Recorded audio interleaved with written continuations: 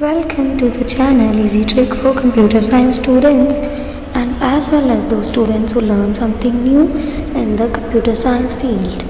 Next part of the logic lab and another previous part available on the channel and the previous part link available into the description box, so you will check it out and after that you will see that video. This is our next part of the propositional logic and it is denoted by the PL, and it is the very important aspect of the propositional logic under the logic lab of the artificial intelligence. So we already covered the introduction level of the artificial intelligence and the truth table functionality of the artificial intelligence in the previous parts, and the all parts of the truth table functionality with the implementation, how to create the truth tables, how to falsify the values, and how to the tautology implemented into that, and with the valid and the invalid arguments when will pass into the symbols.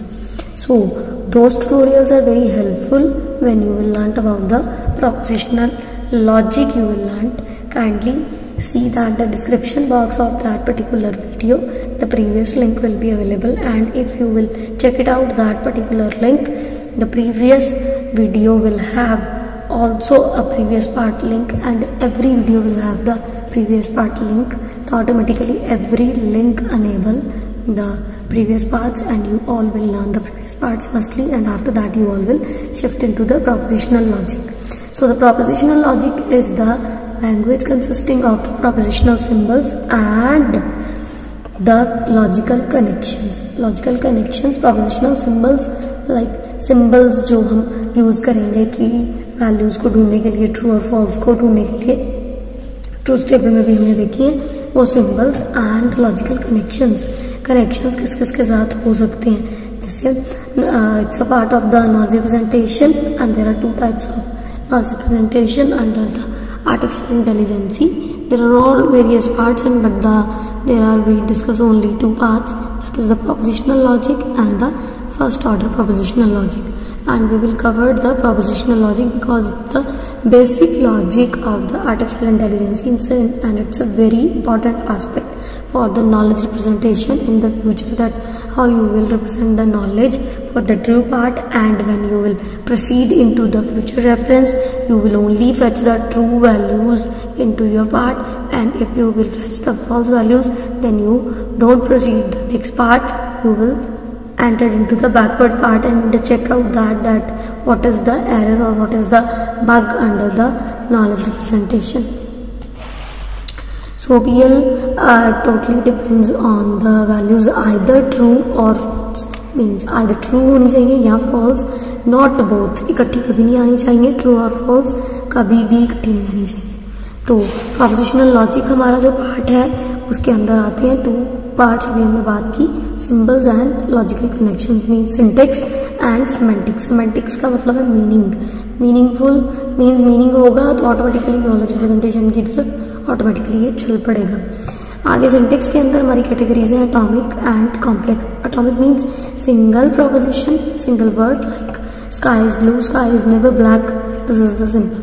To or more के अंदर मतलब एक से ज्यादा combination जब बनते हैं, जैसे if it is raining and clouds are here, that is the wrong statement, means the clouds are here and there is a raining, this is the true part. Sense भी निकल रही हो, नॉलेज भी मिल रही हो, टू और मोर भी बन रहा हो, कॉम्प्लेक्स भी आ सकते हो. और जो इसके सिंबल्स हैं हमारे, सिंबल्स के अंदर हमारी जो कैटेगरी आ रही है, सिंबल्स के अंदर वही सिंबल्स हैं जो हमने ट्रूथ टेबल के अंदर भी देखे हैं. देखो ट्रूथ टेबल के अंदर हमने ऑलरेडी कवर किए हैं ये सारे. Negation, conjunction, disjunction, if then, if and only if. Negation is not, conjunction and और, if then implies and this is disimplies. That's why I said that कि पिछले टॉपिक्स पढ़ने बहुत इंपॉर्टेंट है, उसके बिना आपको प्रोपोजिशनल लॉजिक पढ़ने का कोई भी फायदा नहीं होगा. यहाँ पे हम ओपिनियन और यूज करेंगे इनको यूज करने की, वहाँ पे से बेसिक अगर सीख के आओगे तो पता लगेगा ना कि दो नॉलेज में से अगर हमने ट्रू चेक करनी हो तो कैसे कर सकते हैं. सो सेंटेंस की ये बात कर रहा है कि सेंटेंस बनना चाहिए, जैसे अभी मैंने बोला कि वर्ड भी बन सकता है, सेंटेंस भी बन सकता है. सो सेंटेंस क्या है यहाँ पे, वेल फॉर्म्ड फॉर्मूला है, इसको डिनोट किया जाता है WFF के साथ। सो क्वेश्चन अगर अराइज हो आपका कभी में what is the well formed formula, that is called in sentence. Sentence is defined as by the propositional symbol variable and it's a sentence. Like propositional symbol variables A और B और हो सकते हैं, है ना, ए और बी, डिसजंक्शन भी हो सकती है, एम्प्लॉयज भी हो सकते हैं, तो उन्हीं को बुला के एक सेंटेंस बनना है। ईच लॉजिकल कांस्टेंट जितने भी होंगे वो ट्रू और फॉल्स के ऊपर बेस्ड होंगे, either true or false is a sentence. उसी को प्रोपोजिशनल लॉजिक में सेंटेंस बोला जाता है। And if A and B are the sentence the following basic logic operation, जो हमने अभी बात करी, सिंबल्स भी होते हैं। और अगर क्वेश्चन आ जाए कि what are the basic logic operations of the propositional logic, so this is the negation, ये हमारा conjunction, disjunction, if then and if and only if. Symbols होंगे तो डायरेक्टली हम ट्रूथ टेबल की हेल्प से भी बात कर सकते हैं, बट अगर लॉजिकल ऑपरेशंस की बात करेगा तो फिर हमारा पार्ट जो है वो प्रोपोजिशनल लॉजिक के इस पार्ट के ऊपर आएगा। This is the not A and B, A not A और B, A implies B, A disimplies B. Example हम एक ले लेते हैं छोटी सी, ताकि आपको इजीली ये ग्रैब हो जाए knowledge. The example is the street is wet. First part है the street is wet, single sentence. Second sentence है इट इज रेनिंग।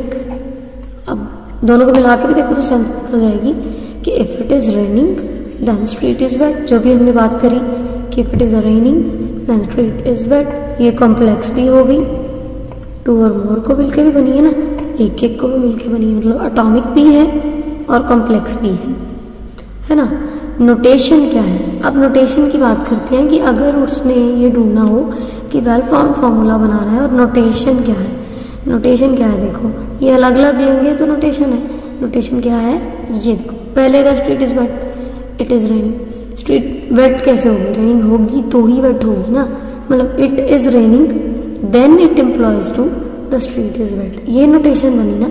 नोटेशन एक को लेके नहीं बन सकती, या ये कॉम्प्लेक्सिटी को देख के देन करके नहीं बन सकती, बन सकती है पर ऐसे बन सकती है कि इट इज रेनिंग देन नहीं the street is wet, these are the notations.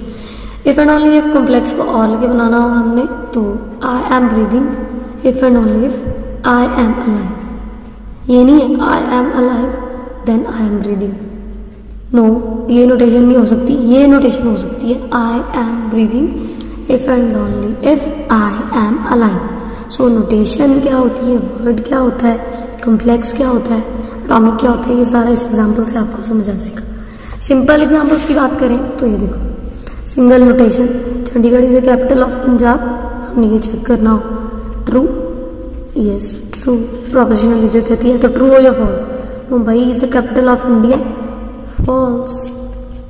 3 + 2 = 6, false. Sky is blue, true. अब ये सिंपल दिख रहा है। अब देखो स्टेटमेंट जब पास ऑन की जानी है तो प्रूव करना पड़ेगा, Chandigarh is the capital of Punjab. ये इन फ्यूचर पता लगना है कि नॉलेज रिप्रेजेंटेशन में अगर ये डेटाबेस में पढ़ी हुई है तो मैच करेगी, अगर नहीं तो ये फॉल्स हो जाएगी। ये भी अगर पढ़ी होगी तो मैच हो जाएगी। 3 + 2 = 6 रॉन्ग है, हमें पता है, बट फिलहाल नॉलेज रिप्रेजेंटेशन में जाएगी ट्रूथ वैल्यूज में, और फिर ये चेक होगी और चेक होने के बाद पता लगेगा ट्रू है फॉल्स है। फिर यूनिवर्सल ट्रूथ पे वैल्यूज होती हैं, जो स्काई इज ब्लू है तो ये यूनिवर्सल ट्रूथ है, तो ये तो चलनी ही चलनी है हमारे पार्ट के ऊपर। सो ये हमारा पार्ट है जो प्रोपोजिशनल लॉजिक को एक्चुअल समझने का है कि होता क्या है, नोटेशन क्या होती है, सेंटेंस क्या होता है, वेल फॉर्म फॉर्मूला क्या होता है और वर्ड क्या होता है। सो काइंडली जिन्होंने भी पिछले टॉपिक्स नहीं चेकआउट किए हुए चेकआउट कर लीजिएगा, आफ्टर दैट स्पेशल होइएगा तो आपको इजीली समझ आएगा। So if you have any question regarding any part of the logic lab, you will comment into the comment box. Surely the reply will be given within the 24 hours. And if you feel that the channel is very helpful for the everyone. Kindly like, share and subscribe and share with the other persons that they all will grab the good knowledge. So the next topic will be uploaded very soon within the 24 hours. Till then, take care, God bless you and stay tuned. Thank you.